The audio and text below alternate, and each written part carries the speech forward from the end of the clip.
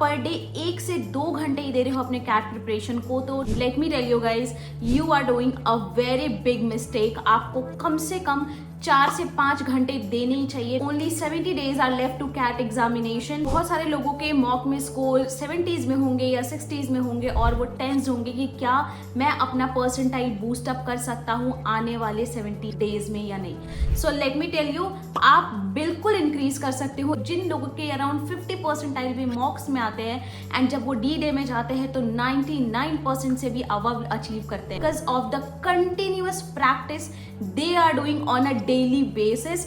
आप एक चीज बिल्कुल मार्क कर लो, आज से लेकर के जिस दिन तक आप कैट का एग्जाम नहीं देते हो उस दिन तक आपको एक दिन का भी ब्रेक नहीं लेना है, बिकॉज आने वाले जो 70 डेज है वो आपकी लाइफ चेंज कर सकते हैं, आपको यहाँ से यहाँ पहुंचा सकते हैं। ट्रस्ट मी गाइज, अगर आप टॉप 20-30 कॉलेज में चले जाते हो तो आपकी लाइफ चेंज हो जाएगी। जिस तरीके से मेरी लाइफ चेंज हुई, मैं एक बहुत ही नॉर्मल सी कंपनी में काम करती थी, मैं वो एक बहुत ही एवरेज कॉलेज से आती थी, जनरल इंजीनियरिंग फीमेल का प्रोफाइल था मेरा, स्टिल मैंने कभी इमेजिन नहीं किया था कि यहाँ तक मैं पहुँच जाऊंगी।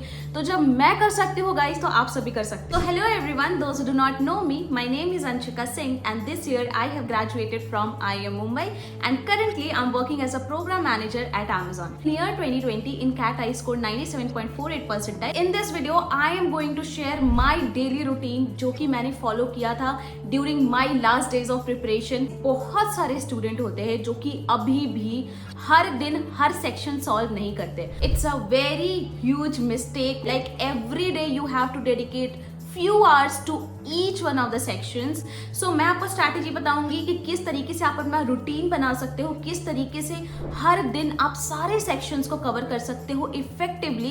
Before moving ahead to the video, let's give a shout out to the sponsor of this video and that is Practice Mocks. आप में से बहुत सारे लोग मॉक्स के लिए देख रहे होंगे एंड अगर आपको फ्री में मॉक चाहिए तो आप इनके वेबसाइट को चेकआउट कर सकते हो। वहां पे आपको फ्री में मॉक के साथ साथ एनालिसिस भी मिलती है। So guys, after attempting your mock, you can know your AIR ranking, all India ranking, and also you can compare your scores with the toppers. You will get the detailed analysis on an Excel sheet, whatever you have attempted, and also you will get a detailed solution. वो भी लोग free resources के लिए ढूंढ रहे हैं, आप इनकी वेबसाइट पे जाकर के चेकआउट कर सकते हो इनका फ्री मॉक। जो लिंक है वो मैं नीचे डिस्क्रिप्शन बॉक्स में डाल दूंगी। Just go for it, because जितने क्वेश्चंस आप इस टाइम पे सॉल्व करोगे उतना ज्यादा बेनिफिशियल आपके लिए। So guys, without any further ado, let's move ahead in the video. Number one thing which I used to do during my CAT preparation was reading newspaper. It was the first thing which I used to do in a morning. The Hindu का editorial पढ़ती थी। Editorial पढ़ने से पहले मैंने अपनी एक vocabulary book बनाई हुई थी जहाँ पे हर दिन मुझे जो जो नए नए वर्ड्स मिलते थे जिसका मतलब मुझे नहीं पता होता था, मैं वहाँ पे नोट डाउन करती थी। एंड न्यूज़पेपर पढ़ने से पहले मैं अपने उस नोटबुक को रिवाइज करती थी। मैक्सिमम 5 मिनट का टाइम जाता था। आप अगर कोई वर्ड भूल भी गए होगे तो ड्यूरिंग रिवीजन आपको वो याद आ जाएगा। उसके बाद मैं न्यूज़पेपर पढ़ती थी एंड न्यूज़पेपर के टाइम जो भी वर्ड्स का मुझे मतलब पता नहीं होता था, अगेन मैं उसको वोकैबुलरी बुक में अपना लिख लेती थी। तो गाइस, न्यूज़पेपर पढ़ने के बाद BARC का सेक्शनल टेस्ट देती थी। 40 मिनट्स का सेक्शनल टेस्ट होता है, जिसमें आपको सिलेक्शन भी करना है, आपको चूज करना है कि कौन कौन से क्वेश्चंस करने हैं। सारी चीजें मैं उन 40 मिनट्स में करती थी। उसके बाद मैं प्रॉपर एनालिसिस करती थी अपने पूरे BARC का कि क्या जो मैंने सेट पिकअप किया था नंबर 1 के लिए वो मेरा सही डिसीजन था या नहीं, क्या जो क्वेश्चंस मैंने पिकअप किए थे वो मेरा सही डिसीजन था कि नहीं। उसके बाद अगर कोई सेट रह जाता है मैं उसको भी सॉल्व करने की कोशिश करती थी। उसके बाद जो उनके सोल्यूशंस होते थे, सोल्यूशंस को थॉरो एनालिसिस करती थी ये जानने के लिए कि क्या जो मेरा थॉट प्रोसेस है वो उन सोल्यूशन से सिमिलर है या नहीं, या फिर क्या टिप्स एंड ट्रिक है जिससे मैं ये टाइम अपना रिड्यूस कर सकती हूँ। सो गाइस, थॉरो एनालिसिस करना आपका बहुत ही ज़्यादा इंपॉर्टेंट है। आगे आने वाले कुछ दिनों में ये आपको बहुत ज़्यादा हेल्प करने वाला है। तभी आपको पता चलेगा कि आपको फैक्ट बेस्ड क्वेश्चन में आप ज़्यादा स्कोर कर रहे हो, इन्फ्रेंस बेस्ड क्वेश्चन में ज़्यादा स्कोर कर रहे हो। इन सारी चीज़ों के लिए एनालिसिस बहुत ज़्यादा इंपॉर्टेंट है और वो तभी आएगा जब आप पर डे उसको टेस्ट को दोगे। जब आपके पास 3-4 RC होते हैं तो उसमें से आप किसको सबसे पहले सिलेक्ट करोगे। I call it as a art of selection. It's a very big thing कि आप किस RC से अपना पूरा सेट स्टार्ट करने वाले हो। It plays a very important role. Art of selection तभी आएगा जब आप पर डे उसको सॉल्व करोगे। Third thing which I used to do was taking LRDI sectional test. So guys again जैसे मैं VARC का देती थी, मैं DILR का भी टेस्ट देती थी, उसके बाद जैसे ही टेस्ट खत्म होता था, जो सेट मुझसे सॉल्व नहीं हुआ है क्योंकि टाइमर अब ऑफ हो चुका है, तो मैं उसको अपनी तरफ से सॉल्व करने की कोशिश करती थी। And again after solving this मैं थॉरो एनालिसिस करती थी ताकि मुझे ये पता चले मेरा LR स्ट्रॉन्ग है या DI स्ट्रॉन्ग है, या किस टाइप के क्वेश्चन में मैं स्ट्रॉन्ग हूँ, किस टाइप के क्वेश्चन में मैं वीक हूँ। गाइस कैट एग्जाम में आपको सारे क्वेश्चन सॉल्व नहीं करने, you just need to solve 8 to 10 questions accurately and you can go अपने किसी भी ड्रीम कॉलेज में जा सकते हो। आपको बहुत ही स्मार्टली प्ले करने की जरूरत है। ये एनालिसिस करना बहुत इंपॉर्टेंट है कि आपका स्ट्रॉन्ग एरिया क्या है, और वो तभी पता चलेगा जब आप डेली बेसिस पे उसको सॉल्व करोगे एंड डेली बेसिस पे आप एनालिसिस करोगे। The fourth thing which I used to do was taking quant sectional test. So guys quant sectional test देने से पहले मैंने अपना एक फॉर्मूला नोटबुक बनाया हुआ था एंड उस नोटबुक को मैं जरूर रेफर करके जाती थी ताकि कोई भी स्मॉल फॉर्मूला अगर मैं भूल गई हूँ या फिर स्मॉल कॉन्सेप्ट्स में भूल गई हूँ तो मुझे याद आ जाए एग्जाम में जाने से पहले। एंड अगेन मैं सारा पेपर सॉल्व करती थी 40 मिनट्स में। जो क्वेश्चंस मुझसे सॉल्व नहीं हुए हैं मैं उसको सॉल्व करती थी। Again I do the analysis. वो चीजें मैं डेली बेसिस पे करती थी। इससे सबसे बड़ा फायदा ये होता था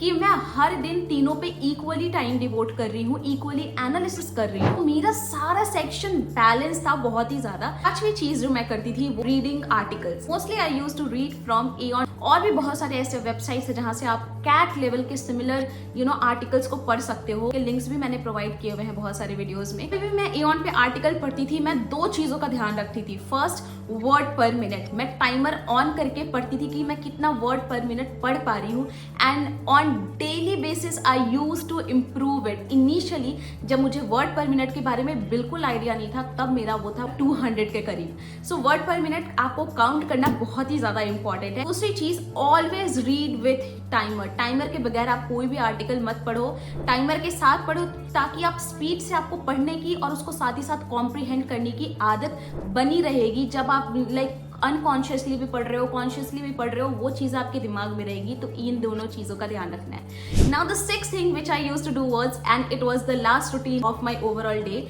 इज वो भी स्मॉल टॉपिक्स रह गए हैं जो मैंने नहीं पढ़ा है, like probability, permutation and combination, बहुत सारे, या फिर कोई भी टॉपिक जो आपका रह गया है। ये वो टाइम रहता था रात का टाइम, उस टाइम पे मैं सारे नए टॉपिक्स लेकर पढ़ती थी, सारे क्वेश्चंस को सॉल्व करती थी। इसके अलावा मैं क्रिटिकल रीजनिंग के भी 10 क्वेश्चन सॉल्व करती थी ऑन अ डेली बेसिस, ताकि रीडिंग कॉम्प्रिहेंशन के साथ साथ मेरा वर्बल एबिलिटी भी बैलेंस्ड रहे। सो गाइज ये था मेरा ओवरऑल रूटीन। और हाँ, ये रूटीन तब का था जब मैं मॉक्स नहीं देती थी। जिस दिन मैं मॉक देती थी उस दिन मैं कोई भी सेक्शनल टेस्ट नहीं देती थी। उसके अलावा बाकी के जो 2 काम है, न्यूज़पेपर रीडिंग एंड दूसरी नए टॉपिक्स को पढ़ना, सब जैसे बहुत ही कम दिन रह गए हैं। और अगर आप 10 दिन में एक बार मॉक दे रहे हो या फिर हफ्ते में एक बार मॉक दे रहे हो तो ये बहुत ही गलत बात है। आपको मिनिमम हफ्ते में 2 मॉक्स देने ही देने हैं विथ अ थॉरो एनालिसिस। और अगर आपका एनालिसिस में 7-8 घंटे से कम टाइम लग रहा है so you are doing it wrong. आपको मिनिमम इतना टाइम स्पेंड करना ही पड़ेगा उसको थॉरो एनालिसिस करने के लिए। जो भी कैट के टॉपर्स हैं वो 30 to 40 मॉक्स देते ही देते हैं, तो आपको भी टारगेट ये रखना है कि मिनिमम 30 मॉक्स तो आप लिखो ही लिखो। वन मोर थिंग, जब आप मॉक देने जाते हो तो इनिशियल 10 मॉक्स में आप बिल्कुल अपनी एक्सपेक्टेशन हाई मत रखना। एट एग्जाम की तैयारी के बाद जो नेक्स्ट लेवल ऑफ प्रिपरेशन होता है हमारा, वो होता है आर्ट ऑफ राइटिंग एग्जाम। और वो आपको तभी आएगा जब आप बहुत सारे मॉक से गुजर चुके होगे और आपने थॉरो एनालिसिस किया होगा, तभी वो चीज आप डेवलप कर सकते हो। तो डोंट गेट डिमोटिवेटेड। इनिशियल के 10 मॉक्स में आपका परसेंटाइल बहुत वैरी करेगा, बहुत कम भी होगा, किसी में ज्यादा भी होगा। So don't get demotivated. आपका टॉपिक कंप्लीट हुआ हो, आपका टॉपिक कंप्लीट नहीं हुआ हो, आप बस मॉक में जाकर के बैठो और हर क्वेश्चन का सोल्यूशन देखो। That's all in this video. ये था मेरा overall routine and trust me guys, without any break मैंने इसको फॉलो किया है। मैंने एक दिन की भी छुट्टी नहीं ली है। आई नो आप बहुत लोगों को यकीन नहीं होगा, बट अगर आपको कुछ भी बड़ा अचीव करना है तो थोड़ा पापड़ तो बेलना ही पड़ता है, थोड़ी सी मेहनत ज़्यादा करनी पड़ती है। आप भी मेहनत करो और अपना फ्यूचर स्टेबल बना दो, अपनी लाइफ चेंज कर लो। आई एम नॉट सेइंग कि कैट ही एक ऑप्शन है, बट अगर आप इसकी तैयारी कर रहे हो ना तो 100% दे दो अपना। All the best to all of you guys and keep preparing it and keep rocking it guys. Bye.